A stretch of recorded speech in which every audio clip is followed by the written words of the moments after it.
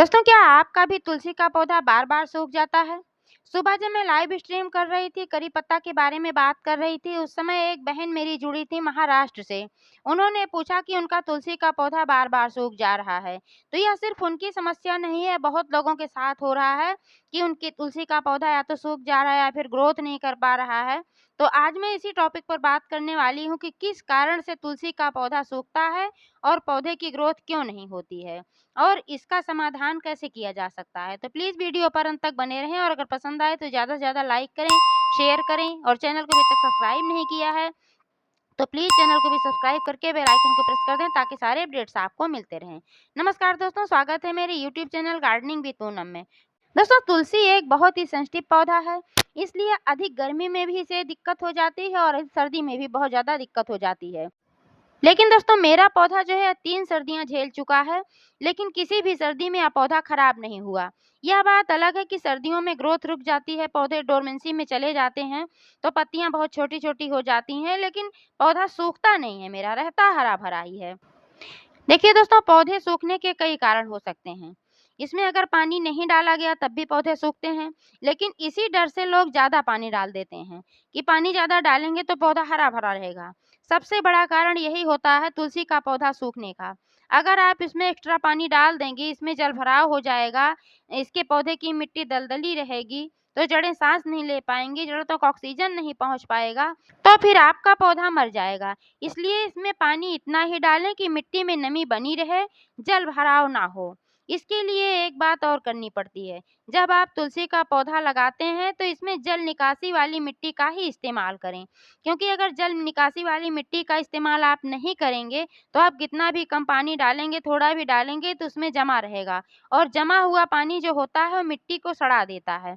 जल निकासी वाली मिट्टी रहती है तो उसमें ताज़ा-ताज़ा पानी जाता रहता है और जो एक्स्ट्रा पानी होता है तो नीचे जो ड्रेनेज होल होता है उससे निकल जाता है। हाँ, एक बात और है कि जो आप गमला इस्तेमाल कर रहे हैं, जिस कंटेनर में आपने तुलसी के पौधे को लगाया है, उसमें नीचे से ड्रेनेज होल का होना बहुत ही आवश्यक होता है। क्योंकि जब ड्रेनेज होल होता है तब जो अतिरिक्त पानी आप डालते हैं वो उससे निकल जाता है। तो पौधे में नमी भी बनी रहती है और आपका पौधा ज़्यादा गीला भी नहीं होता, पौधे की मिट्टी और दलदली नहीं होती।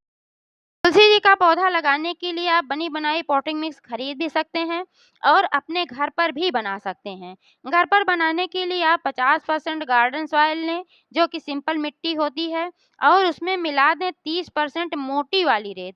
इस रेत को 5 से 6 बार ठीक तरीके से धो लें, क्योंकि इसमें बैक्टीरिया वगैरह ना रहने पाएँ, गंदगी एकदम फ्रेश हो जाए तब इसका इस्तेमाल करना है। और इसमें आप मिला लें 20% कंपोस्ट खाद, वह चाहे गोबर की कंपोस्ट खाद हो या वर्मी कंपोस्ट खाद हो या किचन के कचरे से बनी हुई कंपोस्ट खाद हो, जैसे कि यह मैंने बनाया हुआ है। इस तरीके की पॉटिंग मिक्स बनाकर आप तुलसी जी का पौधा लगाएंगे तो आपका पौधा ना ही मरेगा और ना ही खराब होगा, बल्कि पौधे की बहुत ही अच्छी ग्रोथ होगी और पौधा आपका हरा भरा रहेगा। जब आपका पौधा बड़ा हो जाएगा तब भी, बड़ा होने के बाद आपको केयर करना है कि इसको पर्याप्त धूप में रखना है। केवल जब बहुत तेज़ धूप होती है, जैसे कि पिछले समय में हो रही थी, भी जब बहुत तेज़ गर्मी पड़ रही थी, उस समय तो मैं इसको बिल्कुल भी धूप में नहीं रखती थी। सुबह-सुबह आधे 1 घंटे के लिए मैं धूप में रखती थी, उसके अलावा फिर मैं धूप में नहीं रखती थी। यही कारण है कि इतनी तेज़ जब गर्मी पड़ रही थी तब भी मेरा पौधा झुलसा नहीं, हरा-भरा बना था। क्योंकि बहुत ज़्यादा धूप में रखने से भी पौधे खराब हो जाते हैं, जब बहुत तेज़ जलती हुई धूप होती है। लेकिन जब ठीक-ठाक धूप होती है, उस समय तो 4-5 घंटे की धूप बहुत ही आवश्यक होती है पौधों को, क्योंकि इसी से पौधे की ग्रोथ होती है। धूप में नहीं रखने से इसमें फंगस वगैरह लगने का भी डर रहता है और फिर इसको पोषण भी नहीं मिल पाता है। अगर आपका तुलसी का पौधा खराब हो गया है, पत्तियाँ बिल्कुल झड़ गई हैं या पीली पड़ गई हैं, तब आप तने को खुरच कर थोड़ा-सा देख लें। अगर आपके पौधे का तना हरा है, तब आपका पौधा ठीक हो सकता है। उसमें जितनी भी खराब ब्रांचेज़ होंगी उनको आप कट करके हटा देंगे। जितनी भी खराब पत्तियाँ, ब्रांचेज़ जो भी मतलब बेकार हो चुका, सबको कट करके हटा देंगे। फिर इस पौधे की जो मिट्टी उसकी गुड़ाई करके इसमें 1 चम्मच हल्दी पाउडर डालें और 1 मुट्ठी वर्मी कंपोस्ट या कंपोस्ट खाद डालें और इसमें दबा दें एक छोटा-सा टुकड़ा फिटकरी का। इतनी चीज़ें डालने के बाद 100% आपकी तुलसी का पौधा फिर से जी उठेगा। और पानी का भी विशेष ख़्याल रखें बरसात के सीज़न में, क्योंकि इस सीज़न में नमी ज़्यादा रहती है, तो बहुत ज़्यादा पानी डालने की आवश्यकता नहीं है। अक्सर मैंने देखा है बहुत से लोगों की तुलसी के पौधे पर काले कीड़ों का अटैक हो जाता है, लेकिन मेरे पौधे पर कभी भी काले कीड़ों का अटैक नहीं हुआ, क्योंकि मैं इसकी देखभाल इस तरीके से करती हूँ कि जब अटैक नहीं हुआ है फिर भी मैं अपने पौधे पर 10 से 15 दिनों में हल्दी वाला पानी छिड़कती हूँ। 1 लीटर पानी में 1 चम्मच हल्दी घोलकर स्प्रे बोतल से मैं इस पर छिड़क देती हूँ। इससे क्या होता है कि कोई भी इस पर बैक्टीरिया और इस तरीके से फंगस वगैरह नहीं लगने पाते हैं। आप देख पा रहे हैं मेरी तुलसी का पौधा कितना अच्छा, कितना हरा-भरा है और पत्तियाँ कितनी स्वस्थ हैं, कितनी चिकनी, कितनी चमकदार हैं। 10 से 15 दिनों में मिट्टी की गुड़ाई अवश्य करना चाहिए। चूँकि तुलसी का पौधा खाने-पीने के इस्तेमाल में इसकी पत्तियाँ आती हैं, तो इसमें केमिकल फर्टिलाइज़र बिल्कुल भी नहीं डालना चाहिए, मैं कभी भी नहीं डालती हूँ।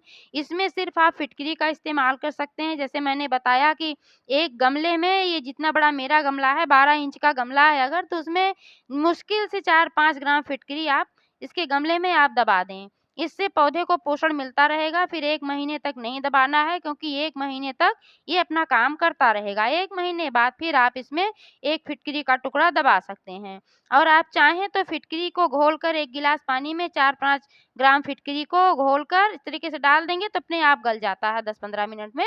फिर उस पानी को आप अपने पौधे में डाल सकते हैं। लेकिन उस पानी को डालने से पहले इस बात पर ध्यान देना होगा कि आपके पौधे की मिट्टी ड्राई है या गीली है। अगर पहले से गीली होगी तो फिर नहीं डालना है, क्योंकि फिर और गीलापन हो जाएगा।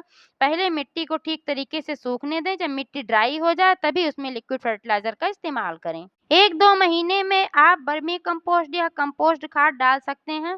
गोबर की खाद इसमें डाल सकते हैं, इससे बहुत ही अच्छी ग्रोथ भी होती है और कोई नुकसान भी नहीं होता है। 10 से 15 दिनों में मिट्टी की गुड़ाई अवश्य करें। इससे मिट्टी भुरभुरी हो जाती है और जड़ों तक ऑक्सीजन पहुंच पाता है, जिससे आपका पौधा स्वस्थ रहता है।